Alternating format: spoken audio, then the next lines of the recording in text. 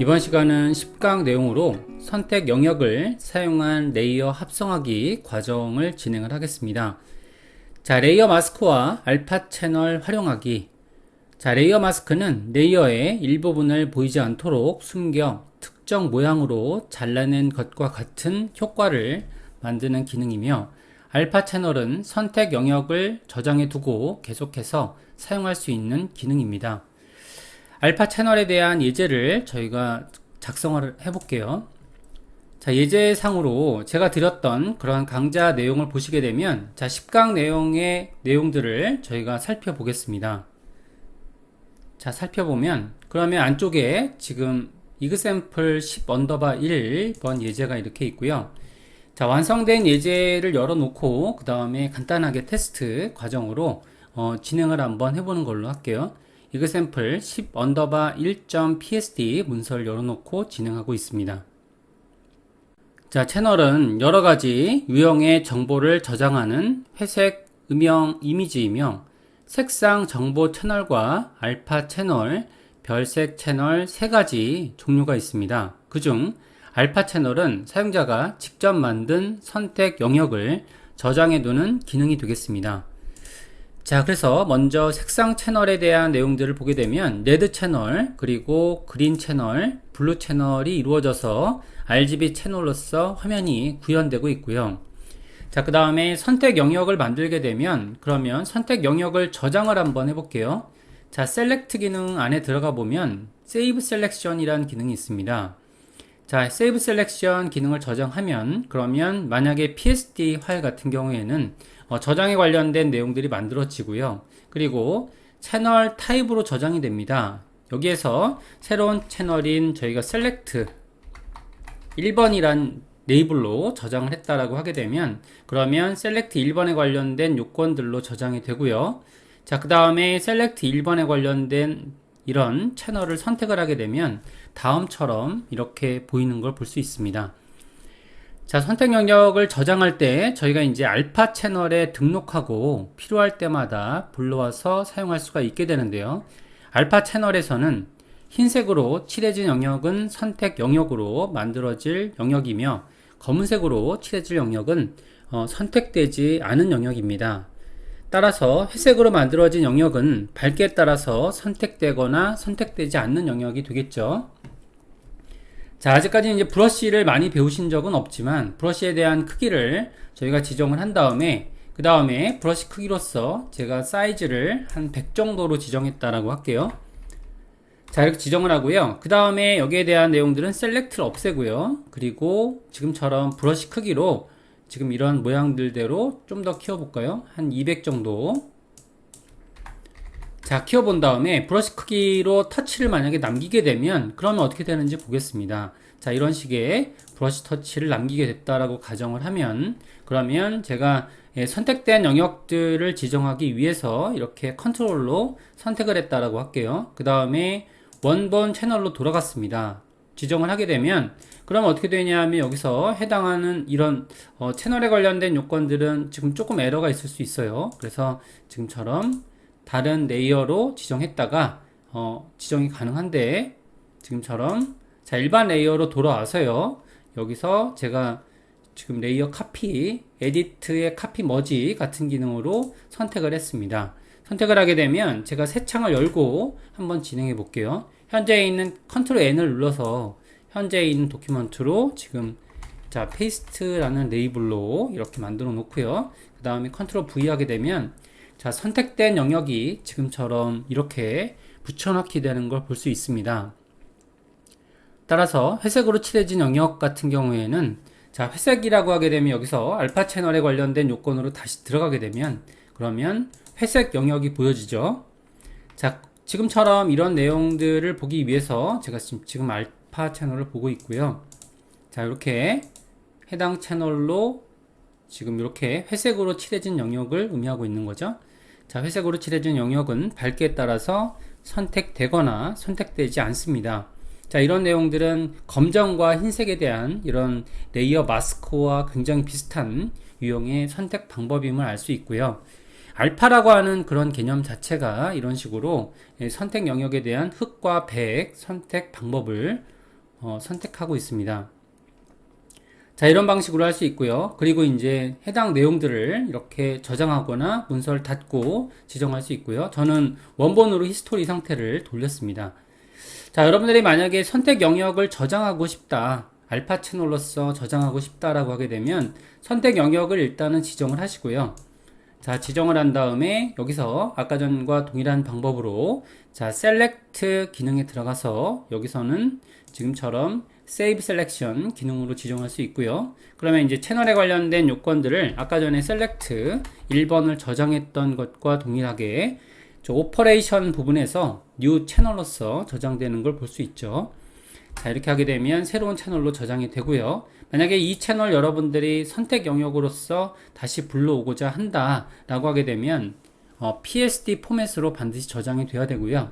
그 다음에 선택 영역을 불러오고자 할 때는 자, Select 기능에서 해당 기능들은 Load Selection, 그리고 해당하는 기능 옵션에 따라서 Select 1번 채널 이렇게 지정하게 되면 Select를 다시 불러올 수가 있게 되고요. 이런 식으로 선택 영역을 불러오고자 할 때 지금 이렇게 사용할 수 있거나, 아니면 해당하는 썸네일을 컨트롤 기능으로 클릭해서 알파 채널을 선택 영역으로서 이렇게 불러올 수 있습니다. 자, 여기까지 해서 간단하게 이제 내용들을 지금 확인해 보고 있고요. 자, 그 다음에 저희가 테스트 예제를 좀 만들어 보기 위해서 자, 두 번째 과정인 레이어 스타일과 블렌드 모드에 대해서 이렇게 공부해 보는 걸로 그렇게 하겠습니다. 자, 레이어 스타일과 블렌드 모드는 레이어에 적용해서 다양한 효과를 주거나 다른 이미지와 다양한 방식으로 혼합할 수 있습니다. 자, 이 작업들은 레이어를 편집하거나 이미지를 합성하는 데 주로 사용이 되는데요. 굉장히 빈번한 작업이기 때문에 여러분들은 이해하실 필요가 있습니다. 자, 해당 예제는 제가 두 번째 저희가 example를 토대로 해서 이렇게 공부해 보는 걸로 그렇게 할게요. 해당 예제를 한번 열어보겠습니다. 그래서 여기서는 example 10_2번 예제를 열었고요. 그 다음에 complete 예제에서 example 10_2.psd 문서를 열어놓고 그 다음에 진행하는 걸로 그렇게 할게요. 자, 해당 예제는 이제 우리가 만들 예제가 되겠습니다. 그래서 해당 레이어에 대한 구조를 보기 위해서 레이어 패널을 열어놨고요. 그 다음에 진행을 하는 걸로 그렇게 할게요.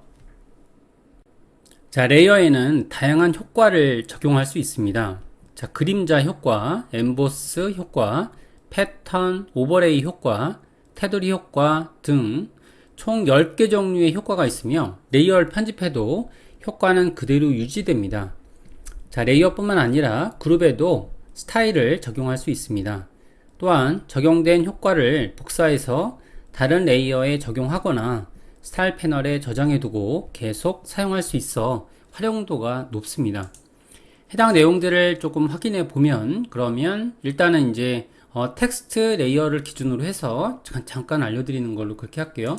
해당 레이어에 대한 효과는 지금처럼 더블 클릭해서 이렇게 알아볼 수 있습니다.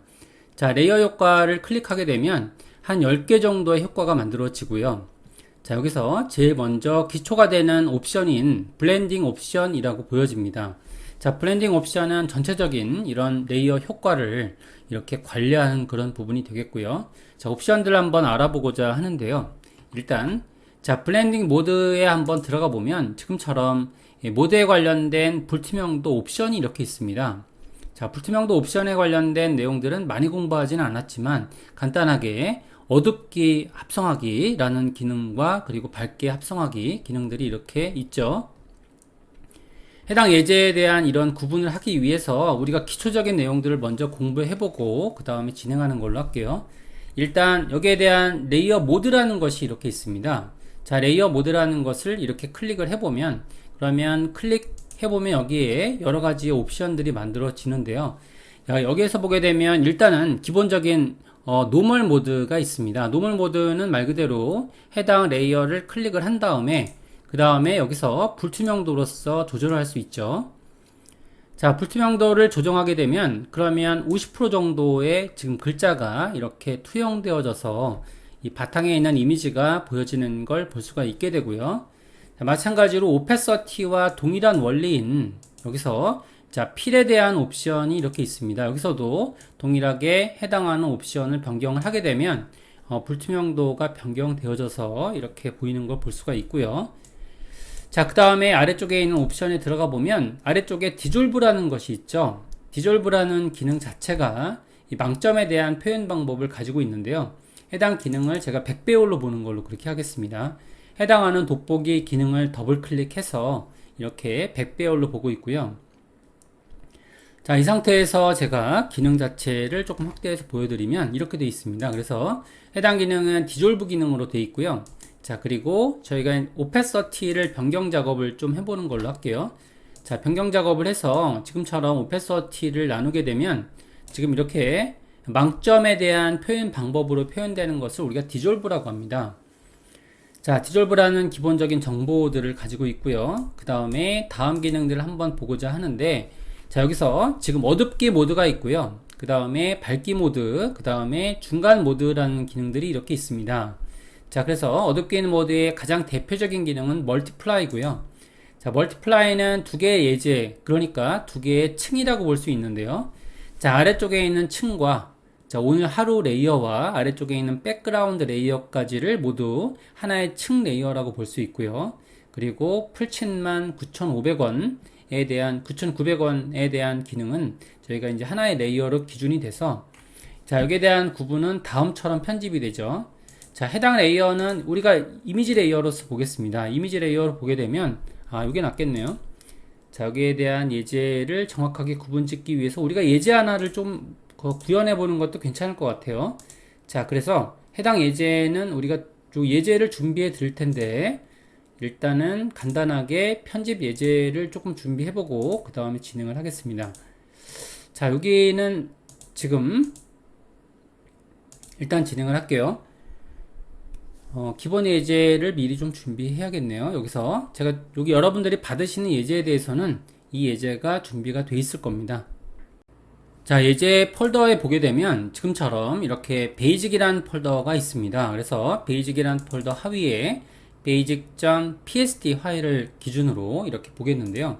자, 두 개의 레이어를 보게 되면 그러면 다음과 같이 자, 두 개의 레이어에 대한 포함 방법을 자, 멀티플라이라는 방법으로 이렇게 사용할 수가 있게 되는데 자, 여기에 대한 부분들은 자, 두 개에 대한 이런 색상 부분에서 자, 레이어 두 개에 대한 색상 부분을 의미하고 있는 거죠. 그래서 이제 레이어 모드 레이어와 그리고 백그라운드 레이어 기준으로 봤을 때 지금처럼 멀티플라이라는 기준으로 혼합이 되면 그러면 두 개의 레이어가 어두운 부분들을 선택하게 되는 거죠. 그래서 이제 보여지게 되는 그런 부분이 되겠는데 자, 멀티플라이가 가장 기본이 되는 그런 감산 혼합이 되겠습니다.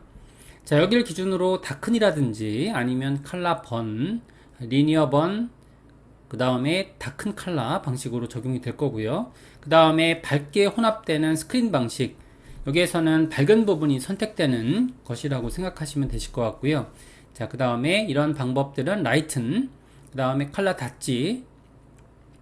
자, 여기서 보게 되면 칼라 번이라든지 칼라 닷지는 채도가 굉장히 높아지는 걸 볼 수 있죠. 그 다음에 리니어 닷지, 자, 그 다음에 라이터 칼라, 그 다음에 오버레이라는 기준이 있는데요. 오버레이라는 그런 기준은 저희가 중간 톤을 기준으로 밝은 부분과 어두운 부분을 수용할 때 밝은 부분은 더 밝게 혼합이 되고요. 그 다음에 어두운 부분은 더 어둡게 혼합이 돼서 강한 이미지를 갖게 하는 그런 중간 혼합이 되겠습니다. 마찬가지로 오버레이가 기준이 되는 그런 부분이고요.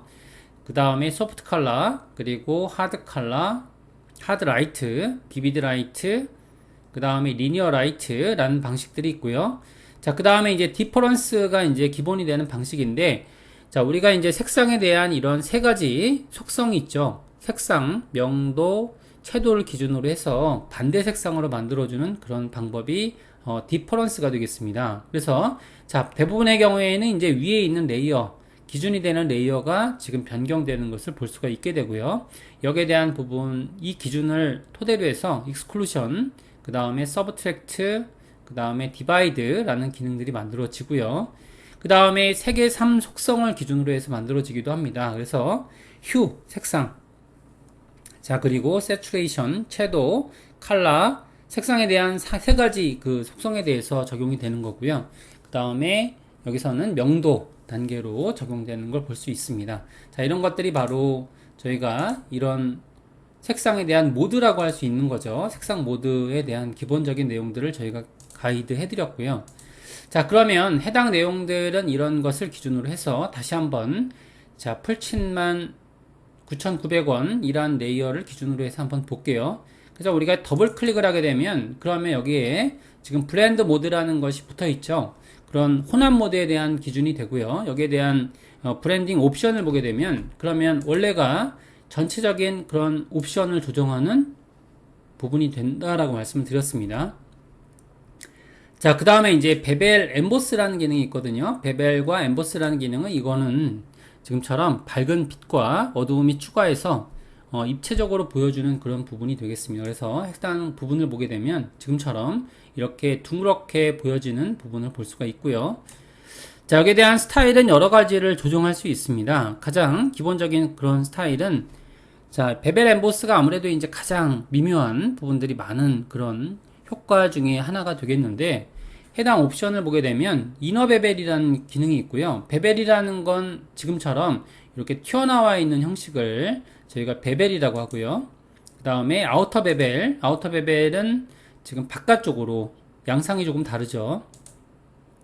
엠보스, 엠보스는 지금처럼 요철 부분을 의미하고 있고요. 자, 그 다음에 필로우 엠보스, 필로우 엠보스는 약간 부조처럼 이렇게 깎여 있는 형태. 그 다음에 스트로크 엠보스라는 기능들로 되어 있습니다. 자, 기본적인 옵션이 이너 베벨을 썼다라고 가정하고요. 그 다음에 여기서는 테크닉이라고 되어 있는데요. 테크닉은 부드럽게 처리할 건지 아니면 자, 치젤이라고 되어 있는데 이건 끌칼이란 뜻입니다. 끌칼. 그래서 이제 보시는 것처럼 이렇게 끌칼로 만들어진 것처럼 이렇게 만들어지고요. 그 다음에 치젤 소프트. 요에 대한 부분들은 이렇게 지정할 수 있습니다. 그 다음에 뎁스라는 부분이 있죠.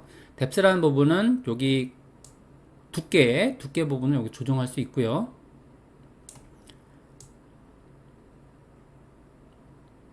더 두껍게 이렇게 보여지는 걸 볼 수 있습니다. 자, 그 다음에 이제 사이즈에 대한 부분들은 여기에 대해서 효과에 대한 그런 빛의 강도 같은 것들을 나타내고 있고요.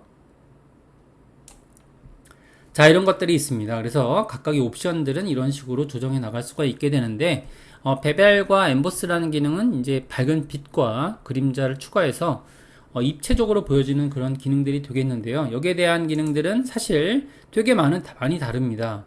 아우터 베벨 하고요. 그 다음에 지금처럼 여기 빛에 대한 효과가 이제 커졌죠. 그러다 보니까 이렇게 된 건데 사이즈를 줄이면 이렇게 되겠죠.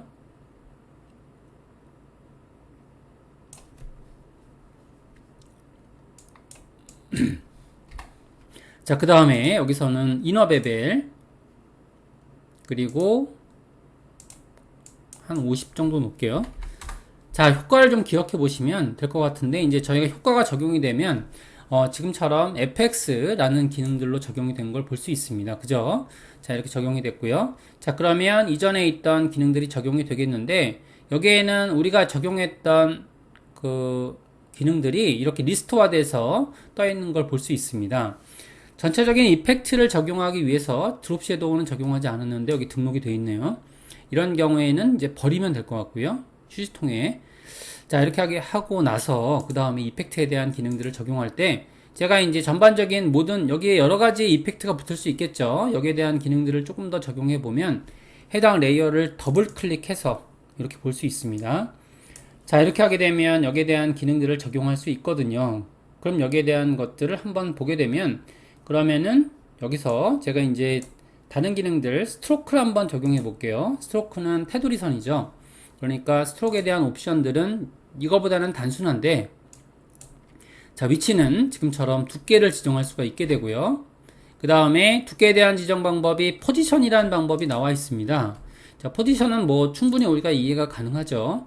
저희가 테두리 선을 적용할 때 바깥쪽에다가 적용할 건지 아니면 안쪽에 적용할 건지 중간 영역에 적용할 건지에 대한 그런 기준을 정할 때 지금처럼 포지션이라는 옵션이 쓰여지게 되고요. 저는 이제 여기서 지금 바깥쪽에 적용했다고 할게요. 이렇게 하게 되면 더 뚱뚱한 글씨체로 보여지게 되고요. 아니면 센터 부분을 적용하면 이렇게 보일 겁니다. 그래서 저는 이제 아웃사이드로 놓고요. 한 2픽셀 정도 적용했다고 할게요. 한 3픽셀 자, 이렇게 적용하면 효과가 적용이 되어 있는데, 자, 그러면 이제 두 가지 효과가 적용되면서 여기서 오페서티도 있습니다. 그래서 오페서티를 좀 낮춰갖고 이렇게 적용을 했다고 할게요. 자, 적용을 한 다음에 OK를 누르면요. 여기서 베벨, 엠보스, 그리고 스트로크라는 기능들이 이렇게 떠 있죠. 해당 기능들에 대해서는 여기 전체적인 기능들을 모두 다 제어하고자 할 때, 보이거나 가리고자 할 때는 지금처럼 토글, 올 레이어, 이펙트, 비저빌리티라는 기능을 눌러서요. 여기서는 모든 기능들을 보여지거나 가려질 수가 있습니다. 자, 단순한 기능들을 제거하고 이렇게 안 보이고자 할 때는 이 안에 있는 그 눈 아이콘이 있죠. 눈 아이콘을 누르면 이렇게 제거되는 거 볼 수 있고요. 각각의 효과들은 저장될 수 있습니다. 저장이 된다라는 건 어떤 의미냐면 여기서 해당 레이어를 지금 이제 잘 안 보이시기 때문에 자, 레이어에 대한 기능들을 봤을 때요. 레이어 패널을 조금 이제 이렇게 빼줬고요. 그 다음에 해당 기능을 누른 다음에 여기서 카피 레이어 스타일이라는 기능이 이렇게 있습니다. 자, 레이어 스타일을 제어할 수 있는 기능들이 이렇게 있는데요. 여기에 대한 기능들을 보게 되면 클리어 레이어 스타일도 이렇게 있고요. 카피 레이어 스타일을 눌러주게 되면 일단은 카피가 된 상태에서 여기서 오른쪽 버튼 눌러서 오늘 하루에도 버튼에다가도 한번 적용해 볼게요. 라운드 버튼. 자, 라운드 버튼에다가 오른쪽 버튼 눌러서 지금처럼 여기서 보게 되면 페이스트 레이어 스타일이라고 있죠. 이렇게 적용을 하게 되면요. 동일한 방식으로 여기에 있던 위에 있던 레이어와 동일한 방식으로 적용되는 것을 볼 수가 있습니다. 이렇게 자, 두 개에 대한 레이어 방식으로 적용되는 걸 볼 수가 있게 되고요. 물론 제거할 때는 자, 순차적으로 제거시킬 수 있습니다. 그래서 스트로크 자, 그리고 베벨 앤 엠보스라는 기능으로 적용시킬 수 있다라는 거죠. 자, 이렇게 하게 되면 순차적으로 적용시킬 수가 있고요. 자, 여기까지 해서 이제 전반적인 내용들을 좀 알아봤습니다. 레이어 스타일은 여기에 대한 컬러 옵션도 들어가 있습니다. 그래서 여기서 컨트롤 Z로요. 원래대로 돌렸다라고 가정하고 진행을 할게요. 자, 이렇게 하게 되면 여기서는 이제 굉장히 중요한 레이어에 대한 기능들이 바로 레이어의 효과가 되겠습니다. 그래서 레이어 효과는 이런 식으로 알아보실 수가 있는데, 자, 여기서 중요한 게 뭐가 있냐면 위에 있던 우리가 레이어 효과에 대한 기능들을 공부하시게 되면 그러면 오페서티와 그리고 필에 대한 이런 기능들을 분리해서 생각할 수 있습니다. 자, 적용이 되어 있는 상태에서 제가 만약에 오페서티를 낮추면요. 그러면 지금처럼 해당 레이어에 대한 기능들을 적용할 수가 있게 되는데 여기서 이제 제가 오페서티를 낮춰볼게요. 해당 오페서티를 낮추면 그러면 효과와 동시에 두 개에 대한 이런 두 개의 효과와 그리고 레이어에 대한 불투명도가 조정되는 걸 볼 수가 있는 것에 반해서요. 자, 여기서 피대 값을 이렇게 낮추게 되면 그러면 지금 보시는 것처럼 해당하는 이런 이펙트는 그대로 있고요. 그리고 지금 해당하는 7 기능들만 이렇게 빠지는 걸 볼 수 있습니다. 자, 이게 두 개에 대한 차이점이 되겠습니다. 그래서 이렇게 돼서 간단하게 알아볼 수가 있게 되고요. 자, 해당 기능들은 또 다른 우리가 효과를 적용하기 위해서 제가 지금 요거 효과들을 저희가 휴지통에 이렇게 버리는 걸로 할게요. 자, 그 다음에 해당 기능들을 더 알아보는 걸로 그렇게 하겠습니다. 안쪽에 있는 내용들을 봤을 때 제가 이너 섀도우라는 기능이 이렇게 있습니다. 이너 섀도우 기능을 적용을 하면요. 자, 안쪽에 있는 그림자로 적용이 되고요. 그 다음에 자, 여기서 보게 되면 안쪽에 충분히 우리가 그림자 효과는 예상해 볼 수 있는 그런 기능들이 되기 때문에 뭐 어렵지 않은 기능들이 되는데 여기서는 기본적인 블렌드 모드가 멀티플라이로 되어 있습니다. 그 다음에 오페서티는 본인이 정하시면 되시고요. 그 다음에 여기서 중요한 게 뭐가 되냐면 글로벌 컬러라는 게 있습니다. 글로벌 라이트라는 것이 있는데 자, 글로벌 라이트라고 하게 되면 이거는 지금 빛에 대한 방향을 뜻하고 있습니다. 그래서 해당 빛에 대한 방향이 어느 정도의 각도로 만들어지는지를 보고 있는데요.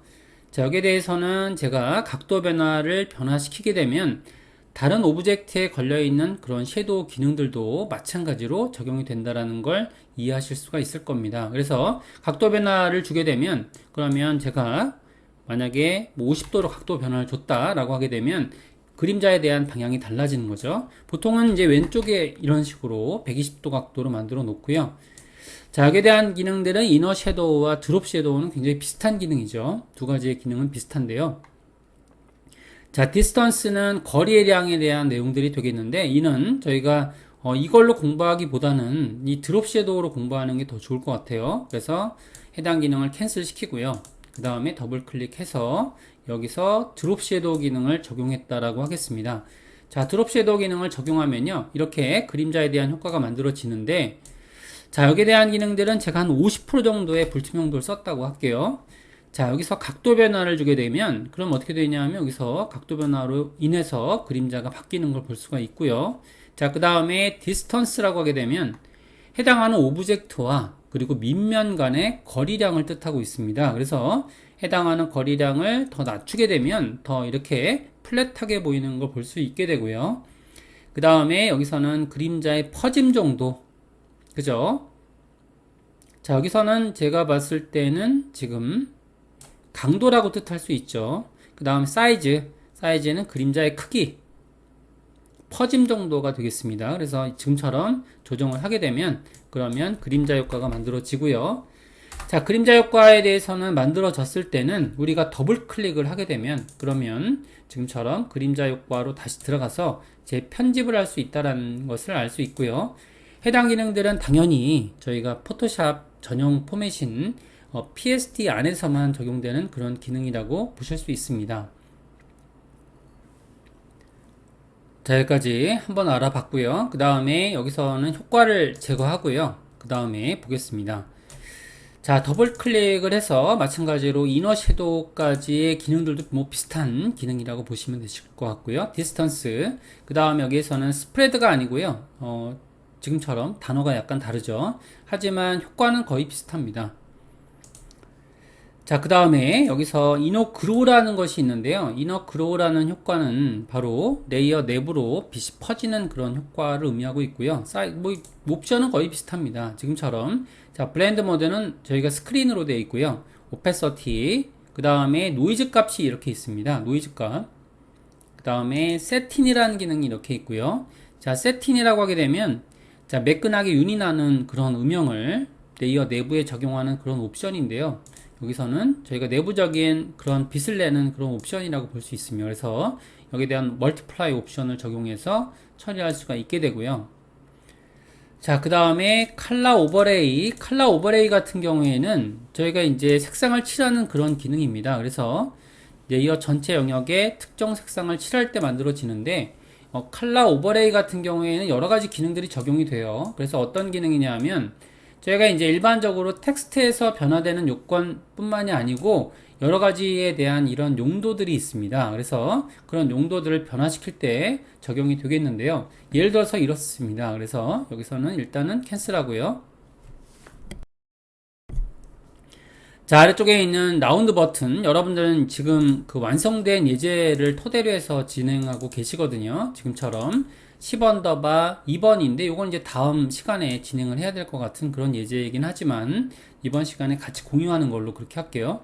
자, 그래서 여기에 대한 예제들은 저희가 뭐 베이직 요거 10언더바 2번으로 그대로 유지하겠습니다. 폴더에 대한 세팅은 이렇게 진행을 하고요. 자, 진행을 하게 되면 그러면 여기에 대한 그런 구조를 잠깐 설명을 드리면 여기에 대해서는 지금처럼 여기에 지금 라운드 버튼이라는 것이 이렇게 있어요. 라운드 버튼이라는 것이 있는데 여기서는 지금 아까 전에 보셨던 예제에 대한 구조를 보게 되면 예제 폴더를 조금 바꿀 필요가 있겠네요. 그래서 여러분들이 보실 폴더는 조금 다르게 바꿔서 진행하는 걸로 그렇게 할게요. 요거 폴더 구조가 좀 우리가 강의하다 보면 시간이 좀 바뀌거든요. 그래서 그 폴더 구조에 대한 내용들을 조금 바꿔서 설명을 드리겠습니다. 자, 폴더 구조를 조금 바꿨는데 앞부분에 강좌 내용이 있기 때문에 그대로 여기서 이그샘플 폴더는 그대로 유지를 했고요. 여기서는 조금 더 체계적으로 베이직 1번, 베이직 2번, 베이직 3번으로 준비했습니다. 그래서 강의를 찍다 보면 좀 변경이 되는데 자, 베이직 1.psd 문서를 열어보시면 아까 전에 보셨던 레이어 혼합에 관련된 요건들이 들어가 있고요. 자, 그 다음에 베이직 3.psd는 여기서는 이 예제 이걸로 진행하고 있습니다. 그래서 여기서는 베이직 2번은 여기서 아까 전에 있던 is summer time 뭐 이렇게 되어 있는 텍스트 있죠. 자, 이렇게 되어 있는데 자, 관련된 요건들은 여기서 텍스트 요건까지 적용한 걸로 그렇게 이어서 진행하는 걸로 할게요. 자, 컬러 오버레이는 어떤 기능이냐 하면 여기서 전반적으로 색상을 적용할 때 지금처럼 이렇게 더블 클릭을 해서요. 색상을 변경하고자 할 때는 가능한데 저희가 이제 만약에 여기서 빨간색의 버튼을 만들고 싶다라고 하게 되면 여기서는 쉐이프기 때문에 빨간색의 버튼을 적용할 수가 없죠. 그죠? 이렇게 돼서 근데 적용이 되네요. 이렇게 돼서 컬러를 변경이 되는데 이때는 지금 컬러가 변경된 내용들이 어떻게 되냐면요. 여기 있는 것처럼 색상 변경이 된 거예요. 프로퍼티스에서 여기서 쉐이프에 대한 색상이 적용된 걸 볼 수 있거든요. 근데 만약에 여러분들이 어떤 도형을 만들었다고 할게요. 그러면은 해당 도형이 지금처럼 스마트 오브젝트로 되어 있습니다. 그래서 스마트 오브젝트 도형을 하나 만들어 볼게요. 그러면 이제 여기서 레이어를 하나 구현한 다음에 그 다음에 작성을 한 다음에 빨간색을 칠했습니다. 이때는 이제 빨간색을 검은색으로 바꿀 수 있겠죠. 자, 물론 여기에 대한 내용들은 레이어 락을 걸어 놓고 칠할 수가 있을 겁니다. 그죠? 이렇게 검은색으로 칠할 수가 있게 되는데 자, 컨트롤 Z 했고요. 여러분들이 만약에 작업에 대한 용이성, 그러니까 크기에 대한 변형을 막기 위해서 오른쪽 버튼 눌러서요. 컨버트 투 스마트 오브젝트를 만들었다고 가정을 합시다. 가정을 하게 되면 그러면 여기서 검은색으로 칠해지지가 않죠. 여기서 아무리 에디트 알트 딜리트 기능을 누른다 하더라도 컬러링이 안 되거든요. 이런 레이어에 대해서 컬러링을 하고자 할 때 지금처럼 기능을 눌러주게 되면 그러면 컬러 오버레이라는 기능으로 적용을 시킬 수 있습니다. 그래서 컬러에 대한 전반적인 이런 구성이 되는 거죠. 그래서 이제 레이어 전체 영역에 특정 색상을 칠할 때 이런 기능을 적용하고 있습니다. 그래서 여기에 있는 기능들을 적용하게 되면 이렇게 검정색으로 칠을 할 수가 있게 되고요. 그 다음에 이와 비슷한 기능은 그라디언트 오버레이도 있습니다. 그라디언트 오버레이. 자, 그라디언트를 적용할 수가 있게 되는데 그라디언트는 우리가 알고 있던 그 그라디언트입니다. 그래서 여기서는 저희가 원하는 기본적인 블루 그레이, 블루 계통의 그라디언트도 적용할 수 있고요. 자, 그 다음에 여기서는 패턴도 적용시킬 수 있습니다. 패턴에 대한 내용들도 패턴을 선택해서요. 효과로서 적용을 시킬 수가 있는 거죠. 자, 에디트 필 기능에 배우신 적이 있었죠. 자, 그 다음에 아우터 그로우, 여기서는 바깥쪽으로 이렇게 빛이 나는 효과를 적용할 수가 있게 되고요. 옵션들은 거의 비슷하기 때문에 자, 화면을 조금 이동시켜 놓고 볼게요. 그러면은 요거는 버렸고요. 그 다음에 레이어를 이렇게 이동해서 보겠습니다. 자, 풀칠만 그 글자에 대해서 적용하고 있고요. 그 다음에 지금 드롭 섀도우 기능을 빼버리고 여기서 아우터 그로우 지금 바깥쪽으로 벗어나는 이런 자, 레이어 외부로 빛이 퍼지는 효과를 만들 수가 있게 되는 거죠. 자, 여기까지 해서요. 해당 기능들은 적용을 시켰습니다. 그래서 여기서처럼 만들어진 부분들을 보게 되면 레이어 효과 그리고 레이어 모드에 관련된 이야기를 조금 했는데요. 너무나 중요한 그런 기능들이 되겠습니다. 포토샵에 있는 기능들 중에서 가장 중요한 기능들 중에 하나인 지금처럼 자, 레이어에 대한 그런 모드 그리고 레이어 효과에 관련된 요건들을 수업을 했고요. 다음 시간에는 저희가 작업을 진행해 보는 걸로 그렇게 진행할게요. 자, 이번 시간 10강 내용 마치는 걸로 그렇게 하겠습니다.